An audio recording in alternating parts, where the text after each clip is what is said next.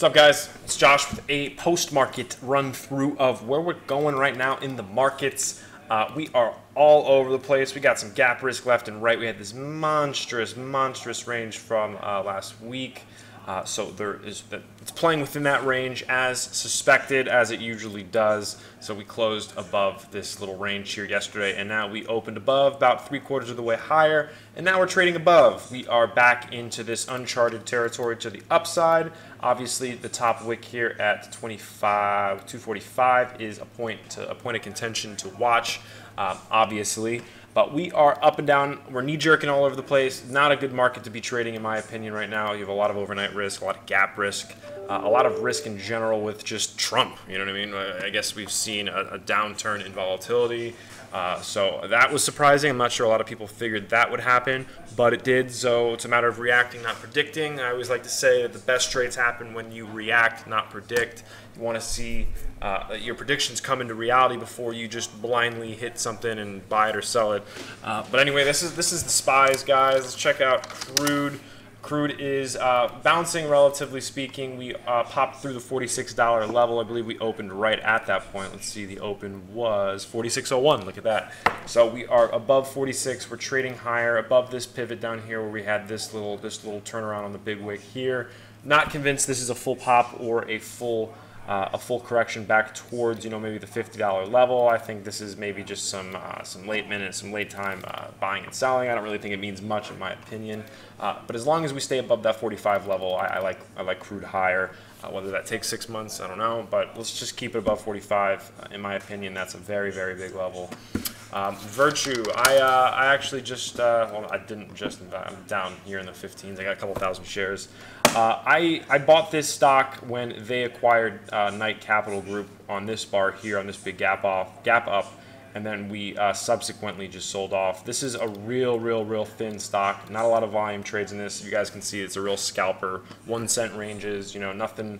It's no Bank of it's no Microsoft or Baba or Apple. This thing has very interesting, small, predictable moves, I guess you could say in a sense. But I'm a little upset that we've run basically $2 since I bought.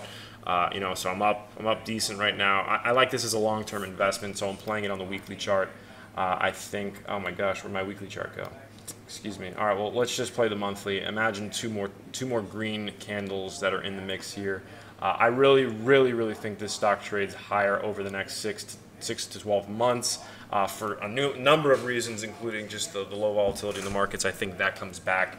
I think we get an influx of capital eventually once all these testimonies are over. I have the Jeff Sessions on in the background. He's a fucking idiot. I can't stand that guy. But nonetheless, we're doing our thing. I actually bought some gold. I went long some GDX today. I bought a few options contracts, some calls. When we traded above the 1265 point, we're now kind of just hanging out around the 1270 point right now. So let's see if we get a push through that. I've been saying this for a while. I do like gold long term above 1300, maybe the next couple of months. Let's see where that thing trails.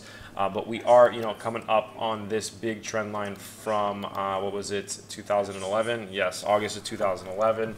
So that's a very big level to keep an eye on. So we have 1 touch, 2 touch, 3 touch, and now 4 touch. So let's see if we get a pop through that. It's obviously a very relevant level. Anything with more than 2 to 3 touches, that's what I like. That's just a general rule of thumb that I follow. So let's see what plays out with crude. You guys can see the daily here. We're kind of just, wave high, wave A high, wave B low, wave high. And we're kind of just doing the oscillating price value. We're just trading higher. I can't speak right now, guys. I apologize. I've been a little out of it. Let's see what stocks are trending in StockTwats. Hertz is popping. Look at that. We are up 75 cents, about 8 1/3%. A nothing move. This is just a little shakeout. Don't think it's anything meaningful. We are at all-time lows, I believe. Just about $5 away. Excuse me. So not all-time lows, but we're within 5%, 10% of a little bit more than that, I should say. But we are within relative range of the all-time lows. The stock's been out of favor essentially since the highs of August of 2014 in the summer. So not a lot been doing in that stock or that name. OMER, what's the deal with this guy right now? Oh no, that just happened. So I am going to go ahead and finish the video, guys. Thanks for watching. Sorry about that. Oh, we're back. I'm not ending. So let's type in OMER real quick. Let's check out that guy. So we have another leg higher. Wow, I have not been paying attention to this stock. So we traded right to this point here yesterday, and now I'm going to see where we opened at. So yeah, look at that. Wow, that's a nice day. So we opened right above that $17 level, and it's just been off to the races since. Not a lot of volume, guys. This is a thin one, but it's a mover. Kind of looks like Bitcoin right now. But in all seriousness, this is, you know what I mean, just a parabolic move. A lot of things. It could literally be for any reason in the world. There's nothing in particular. To me, that stands out. I'm sure there's some sort of news. I don't really keep up with it. I'm more of a technical price action trader. But that's it, guys. Thanks for watching. Appreciate the time. If you like what I said, why don't you comment? Comment on this. Recommend a stock you'd like me to cover. Like, comment, subscribe, all that fun stuff.